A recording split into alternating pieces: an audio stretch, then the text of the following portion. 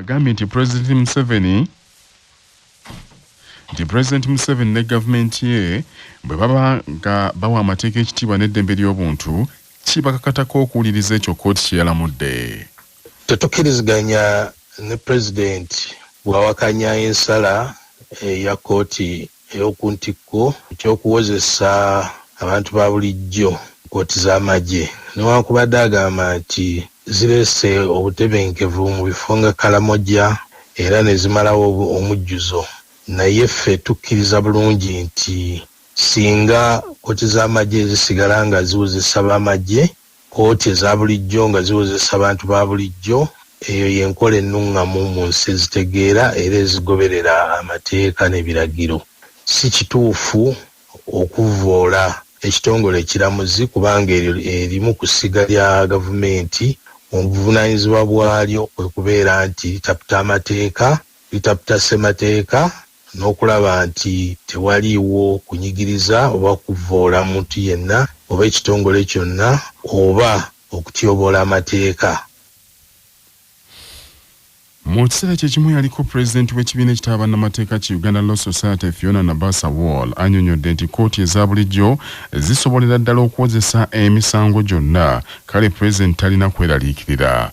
Asiimye kkooti ensukkulumu n'agamba nti kye yakoze kyayongedde okwoleka nti essekitiibwa mu mateeka n'eddembe ly'obuntu era yeetengeredde, kwe kusaba bonna abakwatibwako bateeke ekitiibwa mu ekyo kkooti kye yalamudde. Tujja kujja tulaba nti ne kkooti yaffe esobola obisalirako emisango. Courts all over the world zisala emisango bwe giti. So tetulina kutya nnyo nti abalamuzi baffe tebajja ssalawo misango bwetyo mu ngeri entuufu. Waliwo abantu abagamba nti court martial is better, bali basirikale, kooti zaffe ziri corrupt. Naye buli all over the world courts have been doing what our courts are supposed to be doing. Nze nandirowooza nti tukitwale nga challenge, courts zaffe nazo zikitwale nga challenge, nti bazongedde amaanyi, bazongedde obuyinza, kati zirina okubeera responsible nazo zirage nti omulimu. Okulwanagana wakati w'amagye ga gavumenti ya DR Congo n'obubinja bw'abayeekera naddala ka M23 kwongedde okunnyiitira wamu n'okubigira amagye ga Namukago gwa SADC, bwe kikakasiddwa nti gavumenti ya South Africa yakafiirwa abajaasi 14 be yasindika e Congo okuyambako okuzza emirembe. Alipoota ekoleddwa minisitule y'ebyokwerinda e South Africa ennyonnyodde nti abajaasi bano bafiiridde mu kulwanagana n'abayeekera ba M23 era efulumisa kalonda yenna akwata ku bajaasi abafudde. Mu mbeera y'emu, alipoota endala eraze nti Namibia nayo yakafiirwa abajaasi 3 mu lutalo olwo. Amagye ga South Africa agakolera mu mukago ogwa SADC agasindikibwa DR Congo okukuuma emirembe gagendayo oluvannyuma lwa gavumenti ya DR Congo ekulemberwa musajja mukulu Felix Tshisekedi okulagira amagye g'omukago ogwa East Africa okwamuka DR Congo nga galumiriza okuba ne kyekubiira. Ebyo nga bikyali bitya, amawanga g'omukago gwa SADC gasazeewo okusisinkana mu mbeera y'amangu n'abakulembeze ba East African Community batemere bamu empende ez'okumalawo olutalo luno olufuuse namuzisa. We lutuukidde leero nga abayeekera ba M23 bawambye ekibuga Goma, ekibuga ekisinga obunene mu buvanjuba bwa DR Congo, era nga kye kimu ku bibuga oba ekitundu ekijjuddemu ebyobugagga eby'omu ttaka. Elias Magosi, ssaabawandiisi w'omukago gwa SADC, oluvannyuma lw'okusinkana abakulembeze omukago gwa SADC ogukolebwa ensi 16 eziri mu bitundu ebyobukiikaddyo bwa Africa, agambye nti embeera eri DR Congo okutwaliramu yeeraliikiriza. Summit called for the immediate dispatch of ministers of defense, chiefs of defense and troop contributing countries to DRC to ensure the SAMI DRC troops are safe and facilitate immediate repatriation of the deceased troops and those who are injured. Gavumenti ya DR Congo erumiriza Rwanda nti evujjidde abayeekera ba M23 abajojjo by'eggwanga eryo nga egamba nti ekiruubirirwa ky'abano kyakutulako ekitundu ekyo ekya North Kivu ne South Kivu balifuula eggwanga eryabwe n'ekirala nti kibalubirira kubba bya bugagga bya Kongo ebiri mu kitundu ekyo kyokka n'aba M23 bakiwakanya bagamba nti bo balwanirira ddembe lyabwe. Emirundi gyonna gavumenti ya Rwanda ezze yeegaana okuvujjira abayeekera abo. Poliisi mu disitulikiti y'e Kalungu ekutte n'eggalira abantu 3 ekyamuliibwa bagiyambeko okunoonyereza ku by'okusaddaaka omwana w'emyaka 10. Omutawaana guno gwaguddewo Lwakutaano ku kyalo ekiyitibwa Kisagazi ne Kasuula. Omwana Maria Lunkuse ow'emyaka 10 eyabulanga ennaku z'omwezi 24 omwezi oguwedde. Kyokka abatuuze baagudde kawanga ke nga yasaddaakibwa era akawanga kaalabiddwa omwana ategerekeseko lya Kennedy. Oluvannyuma lw'okuzuula akawanga ka Lunkuse, abatuuze bazzeemu okusamba ensiko ne bagwa ku ngoye ze yalimu nga tannabula, era ssenga w'omugenzi Nalubega Agnes Najja annyonnyodde nti omwana oyo yamutuma ewa Simewo Kabogoza amuleetera eryanda ly'essimu. Kyokka okuva olwo banoonyezza omwana ne batamulaba okuggyako okumugwako nga balaba bisigalira bye. Ebisigala ebirala babisanze ku kyalo Kawuku, era poliisi ekutte ssenga w'omwana oyo Nalubega ne Kabogoza Simewo omwana gye yatumwa okukima eryanda ly'essimu. Okossaako Ssaalongo Muwanga nnyini kibanja bwe basanze ebisigalira bya Lunkuse bagiyambeko mu kunoonyereza. Ssenga Nalubega annyonnyodde ab'ebyokwerinda ebyaliwo ku olwo. Amasookoddeyo kwe kuyita munnaye mama Abdul tugenda nnoonyezeeko ki Lunkuse simulaba. Saawa ziri mumeka? Saawa ziri mu ekiro ne munoonya saawa oddeyo Wakabogoza n'enzirayo ogwokubiri ng'eryanda lijjudde ng'eryanda lyajjudde namugamba mbadde nnoonya eryanda ko ye nagambye omwana agumiikirize alukole kyalitwalire mwana saddamu mulamuku ogambye wagenda ku ssaawa omutuma ku ssaawa 4 namutume essaawa 4 z'okumakya ku ssaawa 4 ngendayo essaawa bwagendayo emirundi emeke Wakabogoza ogwasooka saameka ogwasooka essaawa 9 ogwaddako nezayo essaawa 11 ate ogwaddako ogambye musa Nicholas Tulyamureba omu ku balwanirizi b'eddembe ly'abasomesa ekyamuliibwa asabye abazadde bafeeyo bakuuma abaana baabwe mu kifo ky'okubatwala mu b'ennyanda zaabwe oluusi gye bafunira ebizibu. Nga bwa kinene mu kitundu kyaffe twetaaga obukuumi obw'enjawulo naye ng'obukuumi obwo bugenda kukolebwa ffe abatuuze. Nvumirira ne sekuvumirira abazadde abalagajjalira abaana. Tubayigiriza emirundi mingi era tubakubiriza abazadde abazaala abaana mukuume abaana bammwe. Ddembe lya mwana okubeera ne bakadde be. Naye ekikolwa kino ekya taata ne maama ne muzaala omwana mu ssanyu lyammwe ate omwana ne mumweggyako.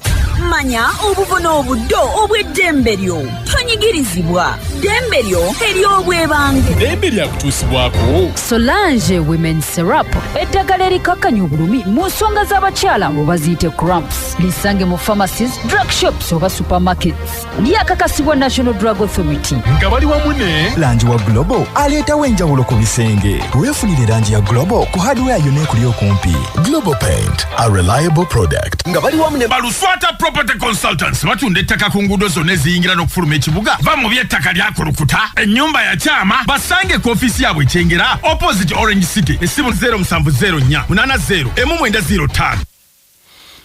Obufumbo bwonna obw'obuwangwa buteekeddwa okuwandiisibwa nga munnamateeka Frederick Ssemwanga bw'annyonnyola. Amateeka ga Uganda gagamba nti omuntu yenna akoze obufumbo obw'ebyobuwangwa nga wano mu Buganda tulina okwanjula. Etteeka ligamba nti bw'omala okwanjula ng'okoze obufumbo obwo obw'ebyobuwangwa olina okubuwandiisa mu bbanga eritasukka myezi 6 n'ogenda ewa registrar n'owandiisa obufumbo obwo. Singa onooba towandiisizza bufumbo obwo mu bbanga eryo ery'emyezi 6 ojja kuvunaanibwa. Abatuuze ku kyalo Tababenzi mu disitulikiti y'e Gomba bakeeredde mu kikangabwa abatemu abatannategereka abalumbye namukadde w'emyaka 85 ne bamutta mu kiro ekikeesezza leero. Omusasi waffe Patrick Serugo Kabituwe. Omukadde ow'emyaka 85 atiddwa ye Nakanjako Suzana namwandu w'omugenzi Sali Kaloli Bidandi ng'ona abatemu kigamba okuba nga basoose kumenya luggi lw'ennyumba olw'emiryango n'oluvannyuma ne bamutta naye nga kitegeekese nti basoose kumusobyako. Namwandu Nakanjako Suzaana mu nnyumba abadde asulamu bw'omu ate ng'ennyumba ye yeesudde akabanga n'amaka g'abatuuze abalala. Waliwo abatuuze abagenzewo omukadde oyo okumubuuzaako kyokka bagudde ku mulambo gw'omukadde nga bagwesigamizza mu nsonda y'eddiiro nga waliwo n'omusaayi. CBS ekitegeddeko nti omukadde oyo Suzaana nti abadde asula bw'omu mu nju nti olw'okuba abaana baamuwa abazzukulu bamukuume kyokka n'alimu okukwatagana n'abazzukulu. Ssentebe wa LCA Kawuga Ngoma Nnene Gomba Kalemera Godfrey mu kwogerako ne CBS agambye nti lino ettemu ery'ekikulabo ekityo pya nnyo mu kitundu olw'okuba omukadde nti tabadde nampalana n'abantu balala. Ng'ono ssentebe ateebereza nti yandibanga ettemu eryo lyakoleddwa abavubuka abanywi b'enjaga. Amannya agange Kalemera Godfrey kyeyamaani w'ekitundu kino eky'Ekawuga era ettemu lino pya mu kitundu kino kyenkulembera era bannange saba ab'obuyinza bayambeko kubanga ekiri emabega wa kino tewali akimanyi kuba omukadde tabadde na nsobi yonna tabadde namuwalana era gavumenti ekola ogwayo. Ffe tuli wano tweraliikiridde olaba talina kasente wadde akamubwekati wadde nti akyali muwala muto nti oba alina bye yakudde kati ekyo omukyala fenna twewuunya bwewuunya era ezo z'ensonga zange nsaba obutebenkevu bubeewo wano mu kitundu kyaffe. Ate omusumba w'ekkanisa y'abalokole eya Evangelical Church Kawuga Ngoma Nnene Mugomba Musokerwanga Davis agambye nti omukadde oyo Suzaana baakoma okubeera naye mu kkanisa ku Sande ewedde n'asaba abeenyigira mu bikolwa bwe bityo eby'ettemu badde eri Katonda. Ku lwa CBS nze Patrick Serugo. Ebyo nga biri bitya abatuuze ku kyalo lwa Malenge mu ggombolola y'Ekitanda mu disitulikiti y'e Bukomansimbi baasuze ku mugomyo gw'ababbi era mu ggomoka eri abazigu babasuuzizeemu ku pikipiki babadde batambulira n'ogumu ku munyaga abatuuze bano abatanywa guteeka bagubalesezza. Omusasi waffe Mbaraka Sebufu Junior Kabituwe. Okusinziira ku ssentebe w'ekyalo ekyo lwa Malenge nga Mulindwa Lawrence, omutuuze Kakuyu Ahumada yatemezza ku kyalo oluvannyuma lw'okuwulira nga bamenya sitoowa ye. Ssentebe agambye nti abatuuze basobodde okwanguwa ne basuula emisanvu mu makubo kyokka n'ababbi ate babalabuukiridde emisanvu egimu ne bagibuuka. Ne mwanyi ne basoma ne baziteeka ewantu kakati oluvannyuma ne tubagwako ne badduka tukubira poliisi nabo ne bajja nga tuli wano ku session Ekitanda tuze kola statement naye ababbi tebannaba kulabika naye tusula bubi. Kamuli Yosefu nga ssentebe w'eggombolola Kitanda, poliisi n'omutuuze Kakuyu Ahumada batubuulidde nti ababbi babasuuzizza pikipiki ewenyuka okukira akaweewo abavubuka gye baakazaako erya Kiwagi nga pikipiki eyo eri ku nnamba UGE 233N kossa ekisawo ky'emmwanyi ekibadde kikubyeko obugule. Tewali kwebaka temubongoota simu z'abali bantu musuzeeko amasimu buli muntu abe n'essimu ya mulyanwa we buli muntu abeere n'essimu ya poliisi kubanga ensonga bw'ebanga yakagwa waakiri mu bwangu ennyo we tukubira aweeri ne tuvuga mutaayize eno n'eno kituyambako okukola ebyokwerinda ebya nnamaddala. So wabula poliisi y'Ekitanda eyongeddeko nti ku poliisi eyo balinayo piki eziwerako omuli n'ezo zikalinnya nsozi kika kya Senke nga bazisuuza ababbi mu biseera by'ennaku enkulu kwe kwongera okusaba abatuuze okwebeereramu nga banguwa okutemya ku poliisi nga bawulidde amenya. Ku lwa CBS FM ey'obujjajja Nantasingwa, Mubaraka Sebufu Junior, ndi Bukomansimbi. Amawulire g'ebyemizannyo mu mawulire gaffe agakya Basafama gakutuusibwako Sedika Real Estate abatunda n'okugula ettaka ku nguudo ez'enjawulo mu Uganda yonna. Basangibwa ku Galuleba Building ewakiso. Essimu noti 7 noti 2 439 377 nga bali wamu ne Light High School Esseguku Katale. Abeegulidde erinnya mu kuyisiza waggulu abaana mu arts ne sciences lyadde ne boarding eri abawala n'abalenzi. Liigi y'ababinywera eya Premier League ebungereza egenda kuddamu okuzanyibwa leero n'emipiira 3 mu bisaawe eby'enjawulo wabula embiranye y'amaanyi esubirwa wakati wa Arsenal ne Gunners egenda okuzuuzumba ne Manchester City. Omupiira guno ogenda kuzanyibwa ku ssaawa 1:1 akawungeezi mu kisaawe kya Arsenal ekya Emirates. Omupiira ogwasooka wakati wa ttiimu zombiriri bagwa maliri 2-2.